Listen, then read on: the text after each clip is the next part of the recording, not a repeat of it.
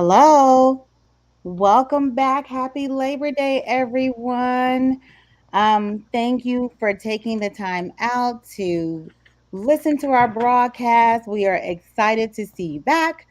My name is Dr. Tony Scott Terry. I am a board certified gynecologist over the past 30 years.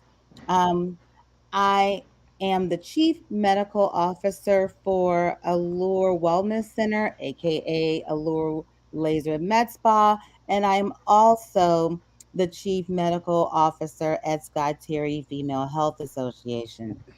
Um, we're going to change our format just a little bit for our broadcast. So we're starting back on doing our talk. Let's talk about health.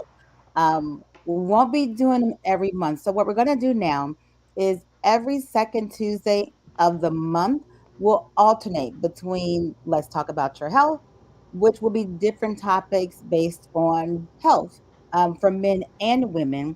And then the alternate or the following Tuesdays will be a discussion regarding Talk with Terry Tuesday, which is more of a medical and cosmetic aesthetic broadcast. So our next broadcast is actually so this month is a treat. We're going to do two. So we're going to do today, and we are also going to do next Tuesday. Next Tuesday, we're going to be talking about sexual awareness. So if you did not know, September is Sexual Awareness Month. So this month, we thought we would focus on things that deal with your sexual health. So the health topic for today is going to be on bioidentical hormone replacement therapy, or BHRT, which sometimes people will call it. Now, we broadcast our podcast on YouTube. So go to YouTube and subscribe, hit the little bell. Then you'll get notifications of when we're actually going live. You can like us on Facebook. So we have different entities on how you can actually see these topics and hopefully learn from them. So hopefully you've got your barbecue and everything all done, and now it's just time for relaxation. So let's actually get started with today's topic. So today we're actually going to talk about um, bioidentical hormones. We've been doing bioidentical hormones for oh wow, maybe over 10 years. And so there's a lot of misnomers, misunderstandings, not sure what it is. Um, Tell me a little bit more about it. So this is our opportunity to actually talk about bioidentical hormones. So just a little background. We do I'm a gynecologist, so I still write prescriptions for estrogen. We write prescription for progesterone, but many people don't talk about prescriptions for women for bioidentical hormones. And so that is what my goal is today, is to give you some information about what all the hormones there are that are available to you. um, One of the biggest topics that so hormone replacement therapy for me as a gynecologist is a huge deal. As my clients, as my patients, myself, um, as we started to get out of our 30s into the 40s, into the 50s, for some people, um, things started to change. And what is a misnomer is that people don't really think about women as having testosterone. It's really known as a male hormone. But for women, most of their sexual hormones are testosterone, it's not estrogen. And testosterone can cause lots of different symptoms in men and women once it starts to decrease. Now, what people don't realize is that most of our testosterone is probably highest in our 20s, which, we are probably a little crazy in our 20s, sometimes make bad decisions, but those numbers start to decrease, especially for women. They peak in our 20s, and there is a steady decline to almost 50% of testosterone levels by the time we reach 40. It's a little different for men. Men, they start to decline in their 40s, and then by the age of 50, they start to notice some of the symptoms. But you don't have to be menopausal, and that just means that you're not having any more cycles or anything like that before you start to experience these symptoms. So, what are some of the most common symptoms people have?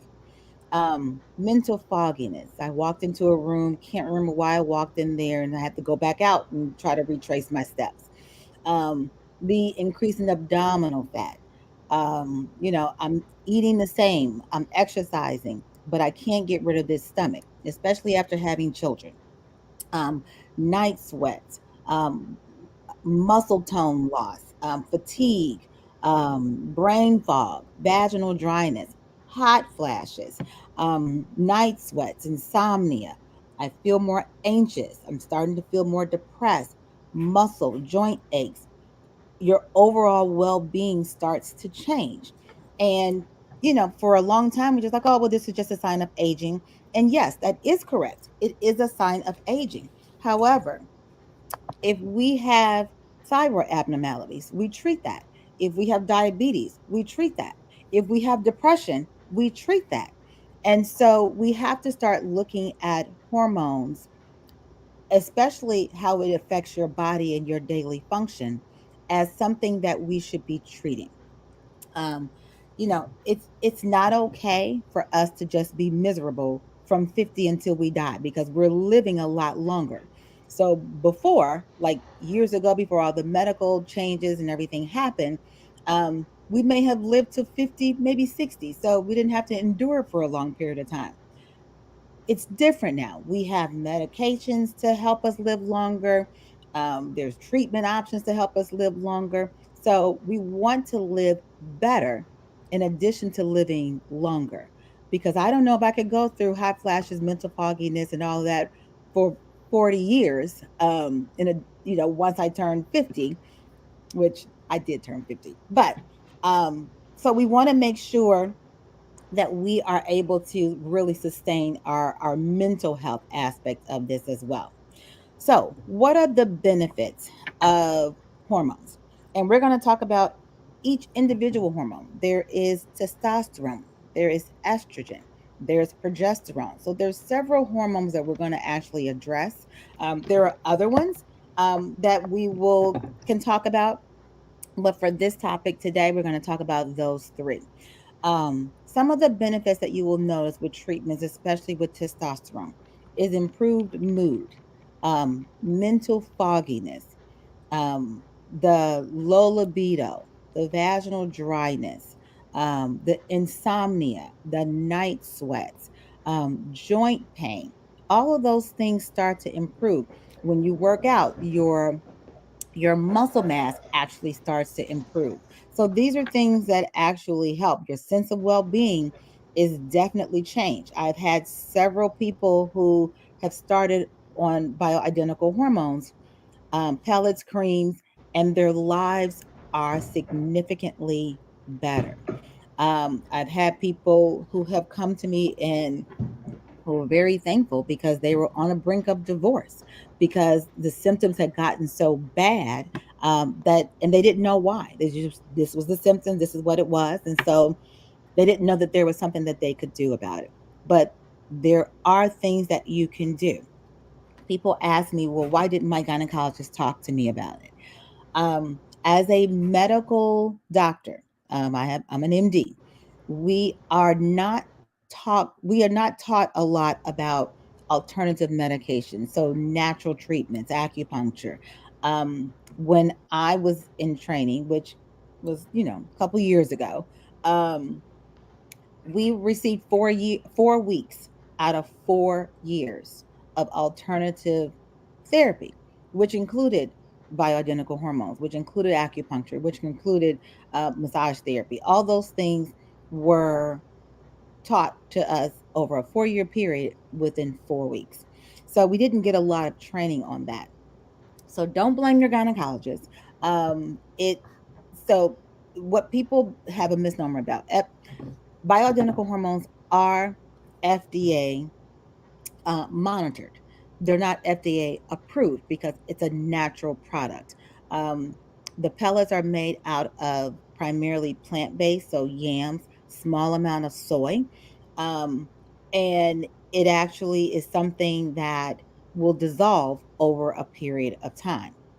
Um, so, what I tell people is that there's some concerns that people may have. So, what about risk for breast cancer? What about risk for uterine cancer? So, that's not usually testosterone related. There is a very small amount of testosterone that is converted to estrogen. It's a very small amount. And I would say the majority of the clients and patients that I treat, probably 80%, are not on estrogen. There are 20% that I actually do give estrogen to just because of some of the other symptoms that they may still be having. Um, what I tell people is that when you first come in, we kind of want to make sure we know where your labs are starting at. So we do hormone labs. I also tell people to make sure if you are going to get labs for hormones, have your physician or whoever's treating you check you for a thyroid panel because for some people, low thyroid or high thyroid can have similar symptoms as what perimenopausal have. You may be fatigued, you may have cold sweats, you may have um, weight changes, depression, not being able to sleep or sleeping too much.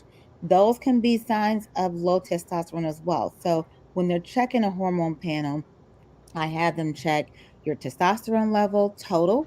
I had them check an FSH for women to just make sure that are you in menopause. I had them check an estradiol level to see where your estrogen levels are falling. I also have them check a progesterone level, but I do a thyroid panel, which also includes thyroid antibodies. Um, for men, we do the testosterone, we check your PSA, we check a CBC. When we also check estrogen levels for men as well. And we'll talk about men and testosterone a little bit later.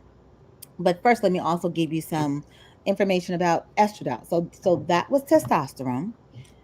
Estrogen starts to decline in women in their 40s. And for most women, when they reach their 50s, the levels are almost undetectable. So, just because your levels of testosterone and estrogen are low does not necessarily mean you are menopausal. When we check for menopause, we do a test called an FSH. It's a follicular stimulating hormone. That's the long name of it. But levels above 25 and you haven't had a cycle in over 12 months usually indicate that you are in menopausal range. And what the benefit of estrogen. So, if someone is doing testosterone, but they feel like they need estrogen, I'll usually do it when people are having hot flashes, not just at night, because that's usually testosterone related, but when you have hot flashes just all day. And we've tried doing the testosterone alone and you're still having them, then I will add estrogen. Um, if you are having significant vaginal dryness, then I may add vaginal estrogen. If you're having significant painful intercourse, we may add estrogen to that. Estrogen also helps with dry skin, moodiness, and sometimes bladder symptoms. There have been some recent studies with estrogen stating that if you begin estrogen 10 years of when you enter into menopause, you can decrease cardiovascular disease, so heart disease, which probably is the number one cause of death in women over 50, as well as decreasing osteoporosis.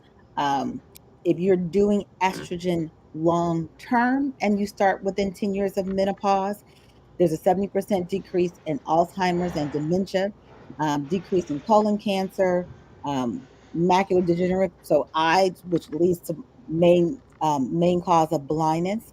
And it does help once again your skin tone, including decreased wrinkles. So, a lot of things that the hormones do. The one thing that I always tell people, if you have your uterus and you are receiving estrogen, you have to be on a supplement of progesterone because the progesterone balances the estrogen so that you don't have overstimulation in the uterus. If you are doing estrogen alone, it will stimulate the uterine lining. And stimulating the uterine lining can sometimes cause overcrowding of the cells. And it can also cause lead if it's too much and it's long term, it could also lead to uterine cancer. So I always tell people, if you still have your uterus and you are doing hormone replacement, whether it's synthetic or whether or not it's bioidentical, you have to take progesterone. The amount or the how many days a month you have to take it, I'll leave that between you and your physician. I usually tell people you have to take it a minimum of 7 days, at least once every 3 months. But I do have people who take progesterone every night. Now, the reason I have them take it every night is because if you are still having insomnia, when when progesterone breaks down, what happens is those metabolites actually stimulate the brain and can lead to you feeling more calm and also sleepiness. So if you are on progesterone, I have them take it at night. If you are taking the progesterone to be protective because you're on estrogen, the creams are not enough. You have to do something oral or an injection or an IUD in order to be enough progesterone to balance the estrogen out if you are using it for protecting your uterine lining. So, what kind of hormones can we do? Synthetic hormones have been around for years. Bioidentical hormones have, surprisingly enough, been around for over 50 years. It's just not something that we've talked much about because it was a natural product, and and the thought was is that, well, it's not FDA regulated, so but it is FDA monitored, and it is a natural product. So it's been around for a long time. It's not something that's new. We're just becoming more aware of it. And it is an alternative option if you do not want synthetic hormones. The one thing with synthetic hormones, so that's your primarins, that's your some of the estrogens um, that you're actually taking as an oral medication. Those are synthetic. Generally, when synthetic estrogen, so the prescriptions that we're writing, if it's an oral dose, it actually gets processed through your liver. So when people talk about, well, what are the risks? Um, so the risk is slightly higher when you're taking an oral estrogen supplement. And the reason is because it actually has to get processed through your liver because it's something that you are taking orally. Because it's getting processed through your liver, there are certain metabolites. So when it breaks down, some of the metabolites actually increase the risk of blood clotting factors. So some people who've had blood clots before, and we tell you, well, you can't take hormones because you're already at a higher risk of developing blood clots on your own. Um, you'd have to talk to your doctor regarding it. Estrogen is probably the one that we don't want you to be on because of that. Can you take testosterone? Most likely, depending on your situation, the answer may be yes. Once again, there is a very small amount of testosterone that is converted to estrogen, but we don't generally take testosterone orally. So it doesn't get processed through the liver, which means you don't have the metabolites. Now, there is one prescription that is offered. It's called methyl testosterone. That is an oral medication. Most of the side effects of blood clots or things of that nature, or cardiovascular complications, usually deal with testosterone or estrogen that is being taken orally. So I tell people it's a slightly higher risk, and some of the insurances may not cover testosterone for women. For some reason, they don't think that we need it, even though testosterone is probably the number one sexual hormone that we produce. Um, so let's talk about some of the ways that you can actually do testosterone. You can actually do testosterone as an implant, which is the pellets. There's no liver effect. It is plant based, and each dose is really unique to each individual. One dose that I give to one client or patient may not be the same dose that that other client needs. It's based on age, it's based on medical conditions, it's based on weight, it's based on a number of things. So each person is going to be different, and you may not get the same size, the same amount as someone else. The pellets are small, they're about the size of a rice grain, and I actually insert them underneath the skin. Takes about 2 minutes to do it. Um, it's not painful. It's not something that you need to be sedated for or anything like that. They have been using pellets in Europe and Australia for decades. We're just becoming a little bit more familiar in the United States, and more people are wanting more natural options. Um, for women, the dosing is usually between anywhere from 100 to 162.5 milligrams. Um, I have to usually give women a little bit more frequent dosing schedule because I can't give you as much at one time because you'll have more side effects. Um, Most of the time, the pellets will last about 3 to 5 months. Um, the one thing I tell people with pellets, when you are coming in to get them, be prepared to not to do anything that is going to submerge. So no swimming, no pools, no beaches where you're going underwater, no hot tubs, no baths. You can shower, no extensive lower body exercising. All those things are just for 3 to 4 days. It's just because I have to make a small incision. It's no bigger than the tip of my pen. So we wanted to make sure it's closed. We put a waterproof cover over it, so we want to make sure that no water gets into where we've actually inserted the pellets. So, what are some of the other options for hormone replacement? There are patches, there are gels, there are creams, um, and that is usually estrogen. It is usually not testosterone. There are testosterone creams that you can use. But there's no testosterone patch. Most of the patches, creams, and gels are going to be estrogen. The plus with those is that it doesn't get processed through your liver. So they're a little safer, and it's actually a steadier state of hormones that you get than what it would be with pills. Other options, there's vaginal inserts. So people who are having more vaginal dryness, who are having painful intercourse, it actually, the vaginal inserts do help improve all of those symptoms. Once again, it doesn't get processed through the liver. So it's more of a steadier state that you're actually getting the medication. And for a lot of people, the patches, the vaginal inserts, they will cover under your insurance for a lot of them. Um, these do not have testosterone.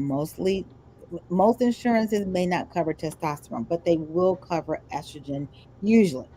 You can also do estrogen that you can actually put under your tongue. The only thing with this is that it is absorbed rapidly, so you may have to take it twice a day. And of course, there are injections. There's injections of progesterone for women. There are injections for testosterone for men. I'm not a huge fan of doing injections for women because the side effects are increased and it is less reliable symptom relief because when you get the injection, the dose ramps up really quick and it drops just as fast. So I don't like that roller coaster for women, just because you're going to have to inject at least once a week, once every 2 weeks. Um, what are the side effects? So pellets, well, any of them. Anytime you're doing hormones, and this is for anything, there can be side effects. Testosterone, the side effects are really dose related. So, the higher the dose, the higher the chances of you getting side effects. I am a little bit more conservative with the dosing for testosterone, especially with women, because some of the side effects can be facial hair, it can be acne, it can be enlarged clitoris, it can be deepening of the voice. And most women don't want that. There are some things that we can do to decrease the side effects. That could be a supplement called DIM, DIM. There's also a medication called spironolactone, which is something we can actually use for acne, and that is a prescription. But also decreasing the dose will also decrease the side effects. Now, those are side effects for testosterone. Some of the side effects for estrogen can be vaginal spotting. It can be breast tenderness. It can be when you initially start estrogen, you may get some fluid retention. Um, Once again, the oral route, so taking pills, may slightly increase the risk for blood clots and gallbladder. And it's just because of the metabolite that happens when estrogen breaks down. Really, no significant side effects with progesterone except for sleepiness. So, if you are going to take progesterone, I always have people take progesterone at night. Um, when do you start seeing the changes? When do you start feeling some relief once you start taking the medication? For pellets, it could be as soon as a couple of days to several weeks, and you may notice different changes occurring at different times. So your libido may be sky high in about 3 weeks, and you may start to notice joint relief in maybe 4 or 5 weeks. You may stop having hot flashes in a week. So everybody's going to be different. There are going to be different times when different symptoms start to improve. The average range, like I said, for women, for testosterone is anywhere from 100 milligrams to 162 milligrams, and about that's of testosterone. Of estrogen is going to be between 6 to maybe 12 of estrogen, and prometrium, which is the natural version, the bioidentical version of progesterone, is between 100 to 200 milligrams, and you're going to take it at night. For men, the average range is anywhere from 800 to about 2,000, 2,200. So, why do we talk about men's health and testosterone? Because my patients are on my gynecology side is primarily women, and they have husbands or significant others. So it takes two people for this all to work out. So if we resolve your issues, but he's still having some, then we need to make sure both people are on the same page. Men also go through a male menopause, and it's called andropause. What is that? Just like women testosterone levels become low, so do men. Um, Usually, they start to decline once again by their 40s. Symptoms usually begin in their 50s. They have a range of what they consider acceptable between 3 to 100, but I will tell you, around 3 or 400, you're going to start having symptoms. And some of those symptoms are going to be sometimes similar to what women go through. So you're going to be tired more. You're going to be more irritable. You can have weight gain, especially in the abdomen, decreased stamina, loss of muscle mass, not sleeping well, so insomnia, low libido, erectile dysfunction, decreased overall enjoyment of life. But one of the biggest reasons why I tell men to get tested for their testosterone is because if you are really low, it can become a medical issue for you because there's an increased risk for heart disease, especially abnormal cholesterol and diabetes, when your testosterone goes below a certain level, especially if you're in the 200s, 300s, 100s, your risk for heart disease is higher. They've also done some recent study with men that the risk of prostate cancer can be decreased if your testosterone level is in a normal range. So, what are the options for men? Very similar. Injections, there's pellets, there's also pills. The insurance will be more inclined to pay for injections and even the pills for men. Um, Not as much for women, but they will definitely pay for injection and pills if you meet certain criteria for men. Um, Usually, when I'm doing pellets for men, I can give them more pellets at one time. And the reason is because they are used to having a significantly higher level of testosterone. Usually, for men, the pellets usually last about 6 months, and it's a gradual release of the medication and it's a consistent delivery. But if you want your insurance to cover it, they usually will cover injections. But once again, it's all going to depend on your insurance company, what your testosterone levels are, um, and and what your symptoms are. Now, some of the side effects that can happen with men. Once again, this is dose related. So, if you are trying to have children, and what I tell people, testosterone therapy is not for you, not at this time, especially depending on what your levels are. Um, Testosterone injections, testosterone pellets, it can actually decrease your sperm count, which is if you're interested in fertility, that may not be something that we want to put you on unless you are seeing a fertility specialist and there's a reason that they actually want to add testosterone to you. It can also cause shrinkage of the testicles the higher the dose is. So if you're getting 2,600 milligrams of testosterone, 3,000, that's a high dose, and you may see some shrinkage of the testicles. It's reversible. We just have to decrease your dose. Um, Once again, there a small amount of estrogen a small amount of testosterone does convert to estrogen. So the higher the dose is that you're receiving for testosterone, um, the more it's going to convert to estrogen, which can sometimes lead to breast enlargement. Um, some of the other side effects, less likely though, is thinning hair. The blood can be thickened, swelling in hands and feet, but those are usually more rare side effects.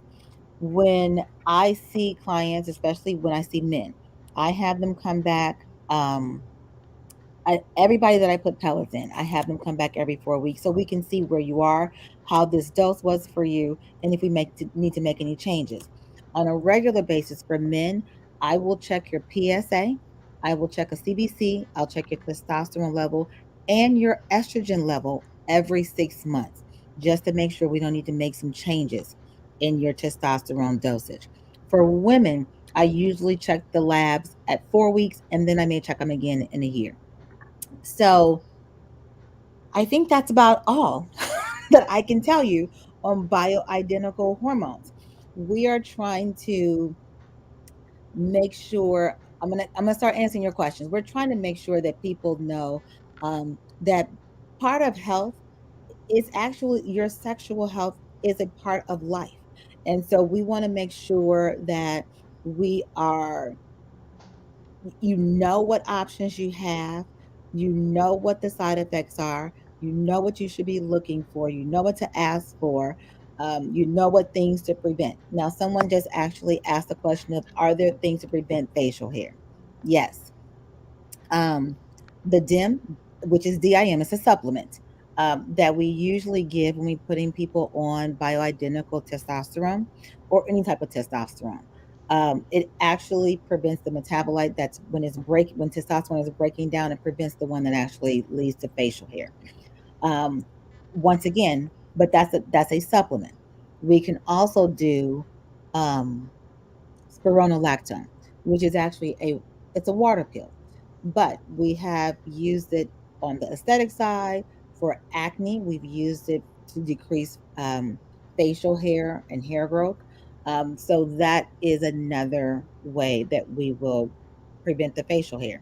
Once again, I'm more conservative because I don't want people to even have the side effects. We can decrease the dose. Most people opt to actually do the dim with the spironolactone, but we can definitely decrease the dose as well. The higher the level of testosterone you're getting, the higher the chances of you having the side effects. Thank you for that question. If you think of any more questions, definitely, send those in. I'm going to continue to answer all your questions today that you bring in. Um, this question is, am I a candidate for BHRT at 61 years old? Yes.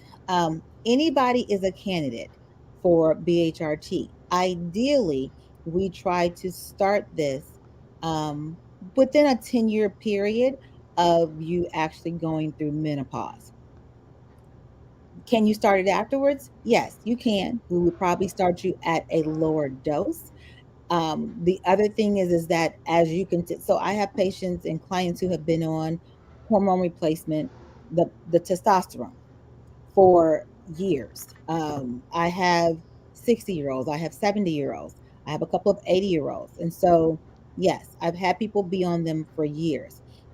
It is not contraindicated. Once certain medical issues can be contraindicated, and that's something you'd have to review with your doctor or your specialist who is actually doing hormones for you.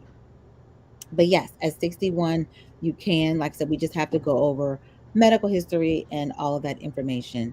But if you have been on it, you don't have any significant medical issues, then that's a problem. Ideally, we try to start you within 10 years of menopause if you're going to take it. But yes, you can start it beyond that. We just watch you a little closer and do a lower dose. Thank you for that question. Can you stop taking them without having withdrawal symptoms? Yes. So here's what I tell people. Um, so the symptoms that you were having previously before you started taking them can come back. So if you were having hot flashes, and I do tell all my patients that hot flashes has multiple contributors to it. So if you are drinking alcohol more frequently, if you're doing more caffeine, if you're doing more spicy food, more sugar and carbs, the hot flashes may be worse. But once you stop taking them, all the benefits that you were getting will probably go away. So estrogen is actually protective of your bones. So while you are on estrogen, it actually improves your bone density. So the risk for osteoporosis are decreased. It is not the first choice for osteoporosis, but it will treat and prevent you from developing thinning bones.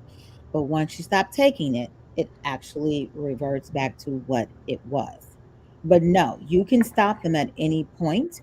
And there are no quote unquote withdrawal symptoms, but some of the symptoms that you were having before may return. I hope that answered your question. Who cannot take them? So, if you have recently had blood clots, um, or what's called a pulmonary embolism, which is a clot to your lung, we probably would not start you on any of the hormones right away. There is a question, and once again, it depends on your physician and all the other medical issues.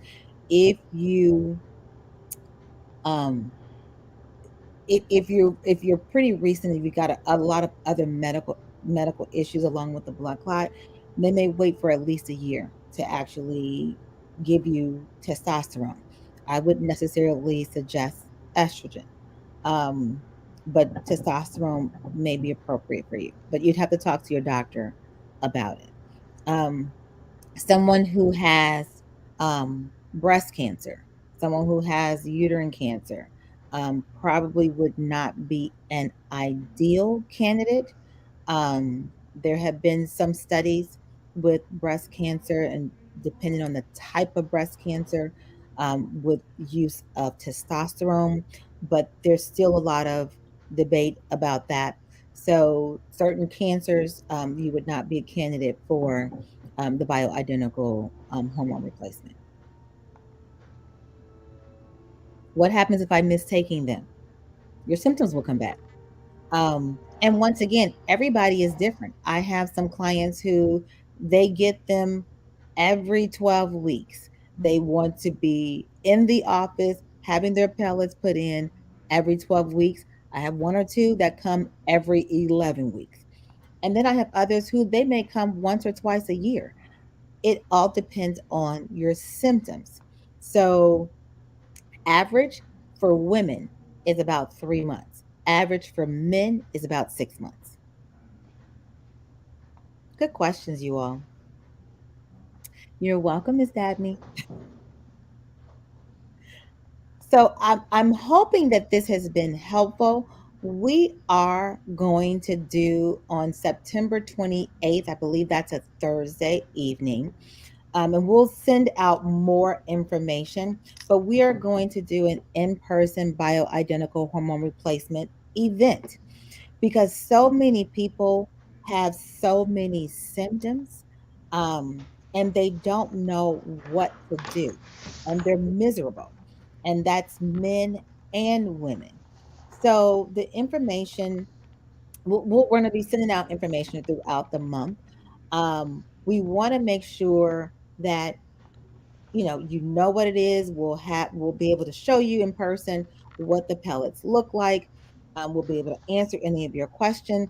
All of my clients and patients who are currently on bioidentical hormones, they are usually talking to their friends, co-workers, family members about it, and they still have questions. Well, this is an opportune time to actually bring your friends and family out. Um, so that they can actually become more knowledgeable about exactly what it is. Because once again, there have been a lot of misinformation about bioidentical hormones and hormones in general. So the information session is for you to come out and learn more about it.